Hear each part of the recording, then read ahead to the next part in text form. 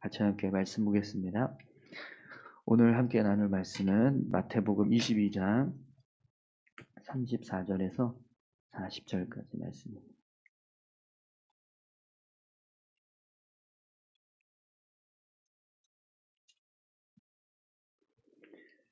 마태복음 22장 34절부터 40절까지 같이 함께 봉독하겠습니다. 예수께서 사두개인들로 대답할 수 없게 하셨다 함을 바리새인들이 듣고 모였는데 그 중에 한 율법사가 예수를 시험하여 묻되 선생님, 율법 중에서 어느 계명이 크니이까?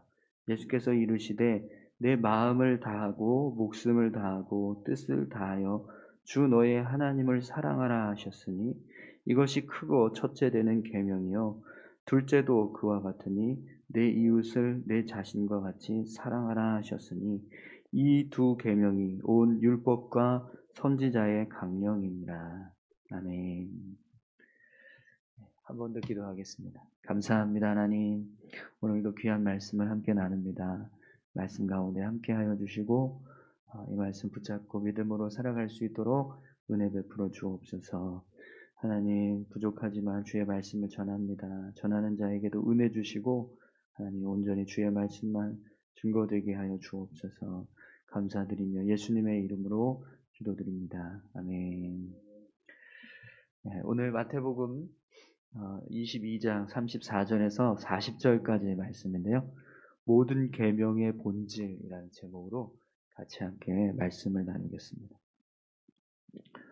오늘 본문 말씀을 보면 바리새인들이 사두개인들이 예수님께 질문을 했다가 아무 말도 못하고 돌아섰다라는 그런 소식을 듣고 한자리에 모였다라고 그렇게 기록을 하고 있습니다. 34절 다시 한번 볼까요? 예수께서 사두개인들로 대답할 수 없게 하셨다 함을 바리새인들이 듣고 모였는데 바리새인들이 사두개인들이 지금 예수님을 시험하려고 했다가 아무 말도 못하고 돌아섰다는 이야기를 들었어요. 그래서 한자리에 모였습니다. 왜 이들이 한자리에 모였을까요? 이 사두개인들의 이야기를 듣고 왜 다시 이 바리새인들이 합심해서 모였는데 왜 모였을까요? 당시 이 사두개인들과 바리새인들은요, 항상 모이면 신학적인 논쟁을 펼치는 그런 대립의 관계를 가지고 있어요. 사두개인들이 가지고 있는 신앙이 옳다. 바리새인들은 우리가 가지고 있는 신앙이 옳다. 이런 어떤 신학적인 갈등을 빚는 사람들이었습니다. 그 중에 하나가 뭐 때문에 갈등을 빚고 있었냐면 부활에 관한 논쟁이었습니다. 사두개인들은 부활을 믿지 않는 사람들이고 또 이 바리새인들은 부활을 믿는 사람들이었거든요. 근데 만나기만 하면 너네가 잘못되었다. 너네가 잘못되었다. 이러던 사람들이었거든요. 그런데 예수님께서 사두개인들의 그 부활에 대한 불신을 어떻게 하셨죠? 어제 말씀에서 부활이 있다라는 걸 아주 분명하게 확실한 증거를 보여주셨어요. 하나님께서 나는 아브라함의 하나님이요, 나는 이삭의 하나님이요, 나는 야곱의 하나님이다 라고 말씀하시면서 하나님께서 아브라함과 이삭과 야곱이 지금도 나와 함께하고 있다는 걸 분명하게 말씀하셨습니다. 그래서 이 사두개인들이 가지고 있었던 부활에 대한 어떤 부정적인 생각들, 불신하는 마음들, 이걸 예수님께서 완전히 반박할 수 없는 분명한 부활의 증거를 제시해서 그들의 어떤 신학적인 그런 사상을 깨트리시는 그런 일을 하신 거예요. 그러니까 그 이야기를 들었을 때 바리새인들이 어땠을까요?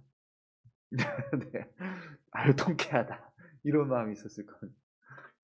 그동안 그렇게 만나기만 하면 저 인간들이 부활이 없다라고 했었는데, 야, 예수님이 부활이 있다는 거 아주 제대로 한 방 먹이셨구나. 이런 마음에 다들 깜짝 놀란 거죠. 그래서 다들 모였습니다. 바리새인들이 모였는데, 그런데 오늘 본문을 보니까 그냥 사두개인들이 통쾌하게 예수님 앞에서 자신들의 어떤 신앙적인 모습이 이렇게 다 패배하는, 참패당하는 그런 모습 때문에 통쾌함만을 가지고 모인 것은 아닙니다. 오늘 본문을 보면 우리 3절, 35절을 볼까요? 그 중에 한 율법사가 예수를 시험하여 묻되라고 되어 있죠. 바리새인들 중에서 한 율법사가 나와서 예수님을 시험하려고 질문을 합니다. 그러면 이 바리새인들이 지금 한 자리에 모였다라는 이유는 또 뭐 때문에 모였다라는 일이 되죠? 그냥 사두개인들의 어떤 신앙적인 그런 부족한 모습들을 이렇게 예수님이 이렇게 드러내신 것, 그것 때문에 기뻐서 한 자리에 모였냐? 그게 아닌 거예요. 결국에는 바리새인들도 예수님을 넘어뜨리기 위해, 예수님을 시험하기 위해서 모였다라는 거죠. 사실 지금 이 상황을 본다면 바리새인들은요, 예수님을 시험하기 위해서 모일 게 아니라 사실은 예수님을 지지해 줘야 되는 상황이에요. 왜냐하면 사두개인들이 부활이 없다라고 하는 이야기를 했을 때 그걸 예수님께서 반박할 수 없는 아주 분명한 증거를 대셔서 부활이 있다라고 말씀하신 거거든요. 그러면 바리새인들의 입장에서는 본인들의 신앙을, 어떤 신학적인 견해를 예수님이 지지해 주신 거예요. 그리고 더 분명하게 너희가 옳다라는 걸 이렇게 딱 말씀해 주신 거거든요. 그러면 바리새인들 입장에서 얼마나 고맙습니까? 예수님이. 사두개인들 가지고 있었던 그 아주 잘못된 그 신앙의 모습을 제대로 이렇게 드러내시고 우리가 가지고 있는 신학적인 그 모습을 딱 제대로 밝혀주셨으니까 사실은 예수님을 지지해주고 오히려 감사를 해야 되는 상황이에요.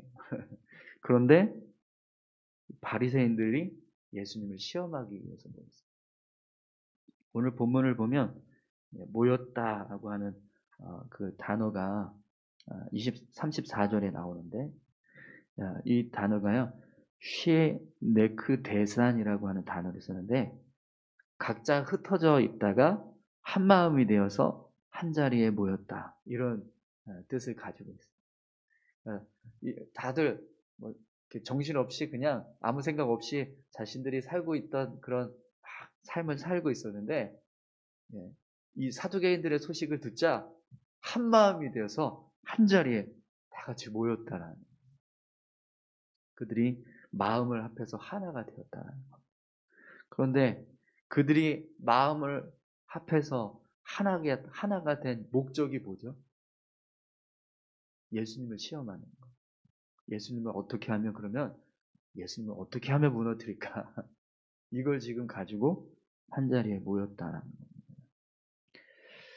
자신들이 그렇게 반대했던 사두개인들의 말을 예수님께서 반박하지 못하게 그렇게 말문을 막아주셨다라고 한다면 오히려 예수님을 칭찬하고 지지해주는 모습이 필요한데 그게 아니라 어떻게 하면 무너뜨릴까라고 하는 마음을 가지고 한자리에 모였다.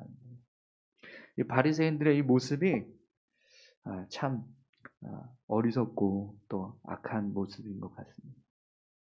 여러분, 월요일에도 우리가 말씀 나누면서 그런 이야기를 했는데요. 바리새인들과 헤롯 당원들이 정치적인 견해는 완전히 다른 사람들이었습니다. 친로마파, 반로마파. 그런 사람들이 예수님을 넘어뜨리려고 하니까 합심을 해요. 연합을 해가지고. 네.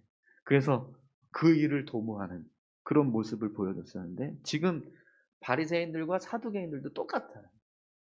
신학적인 견해가 완전히 달랐던 사람들인데 그런 두 부류의 사람들이 예수님을 넘어뜨리기 위해서는 한 마음이 되더라고요. 네. 여러분, 우리는 그러면 안 되겠지만 우리의 모습도요 사실 그런 마음들이 있습니다. 바리새인이나 헤롯 당원들만 그런 것이 아니라 바리새인들과 사두개인들만 그런 것이 아니라 우리 안에도요 그런 마음들이 있습니다. 선하지 못한 것을 위해서 마음이 하나 될 때가 있어요. 우리 안에도 보면 하나님 기뻐하시지 않는 일을 이루기 위해서 한 마음이 될 때가 있어요.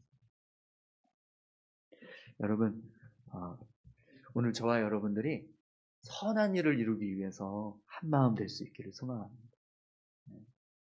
하나님이 기뻐하시는 것을 이루기 위해서 하나 되는, 모여서 이렇게 같이 이렇게 대화하실 때, 야, 요즘 주식이 어떻게 되더냐. 세상적인 사람들끼리 모여서 대화하는 내용은 충분히 그런 걸 가지고 이야기할 수 있습니다. 그렇죠? 그리고 요즘 이렇게 어떻게 해야지 건강이 좋을까? 건강에 좋을까? 뭘 먹어야 될까? 이런 거 얘기하는 거 얼마든지 세상적인 사람들끼리 이야기할 수 있어요. 그리고 그게 나쁘지 않아요. 그러나 그리스도인끼리, 아니 성도끼리 우리가 모였을 때라고 한다면 저는 그런 내용들이 좀 나눠졌으면 좋겠어요. 야, 우리 교회가 지금 주일학교가 지금 멈춰 있는데 어떻게 하면 될까? 누가 교사하면 될까? 아무도 없다는데 나라도 좀 해야겠다 이런 마음으로. 네. 그래서 우리 좀 누구 같이 할 사람 없어? 우리 좀 같이 합시다. 이렇게 기도하면서 네, 그런 대화들이 나눠지고. 야, 우리 교회에 지금 기도가 부족한데 어떻게 하면 될까? 우리 기도합시다. 기도 부족하다는데 우리가 기도해야 누가 기도하겠어? 내가 기도해야지. 우리 8시에 같이 모여서 함께 기도 좀 할까요? 이러면서 오늘부터 시작할 건데 누가 나올래? 이런 대화들이 좀 나눠지면 좋을 것 같아요. 모였을 때 교회를 세우기 위해서 어떻게 하면 될까?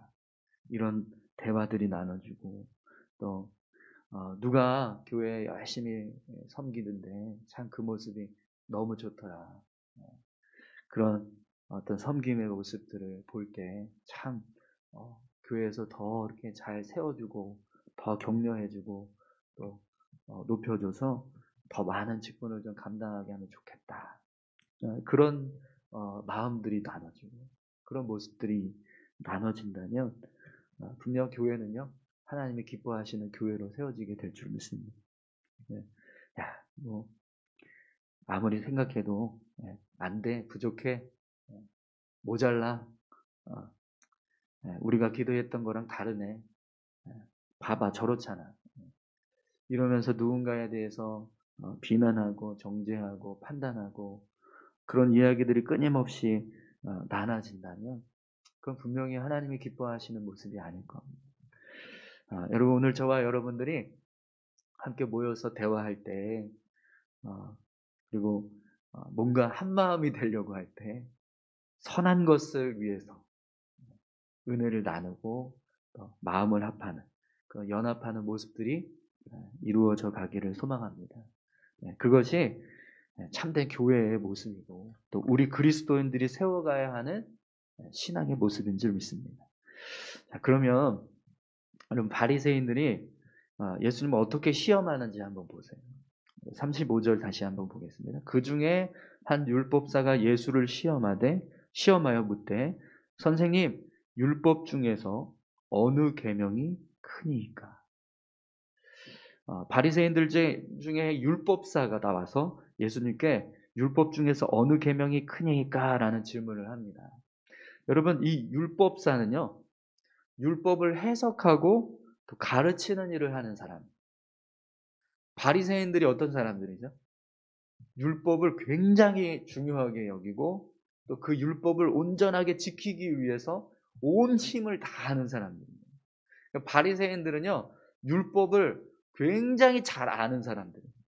그런데 그 바리새인들 중에서 율법을 해석하고 가르치는 역할을 하는 사람이 율법사예요.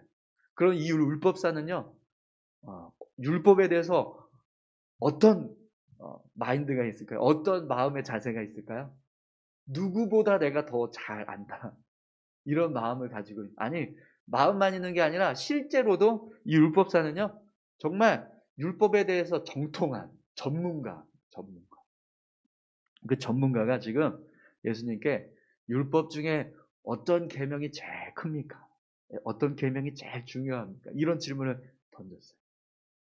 어떤 마음으로 예수님께 질문했을까요? 뭐라고 대답하나 한번 보자. 어떤 율법을 중요하다라고 말하나 한번 보자.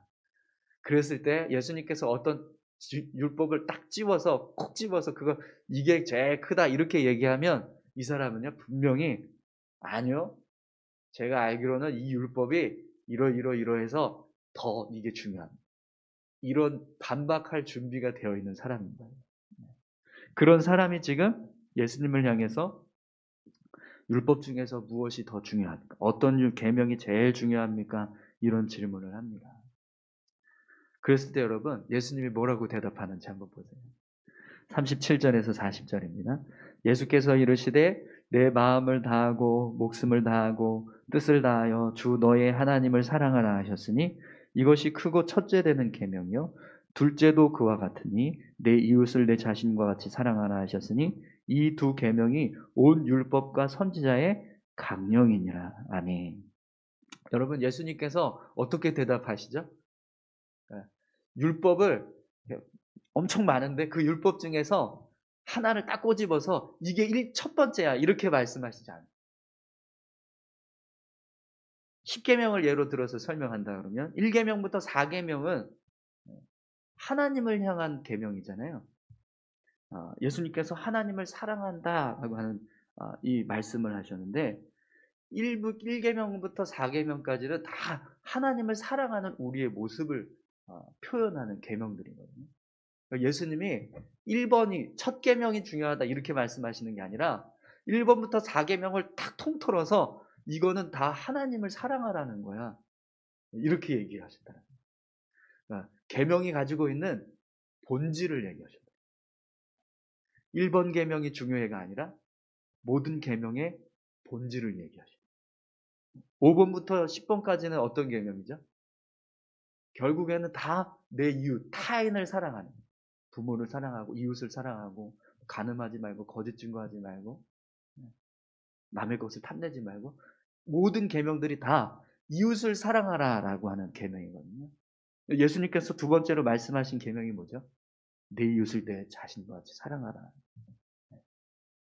5번 계명부터 10번 계명까지의 계명의 본질, 그 본질은 내 이웃을 내 몸과 같이 사랑하라.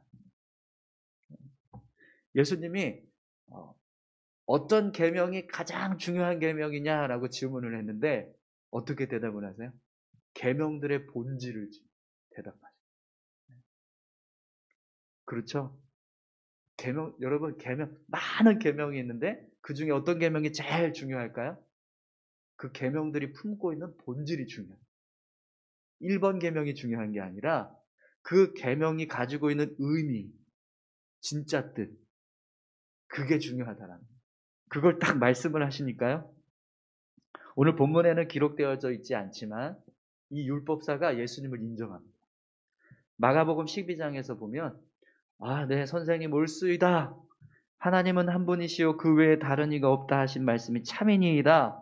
또 마음을 다하고 지혜를 다하고 힘을 다하여 하나님을 사랑하는 것과 또 이웃을 자기 자신과 같이 사랑하는 것이 전제로 드리는 모든 번제물과 기타 제물보다 나으니이다. 이렇게 고백을 해요.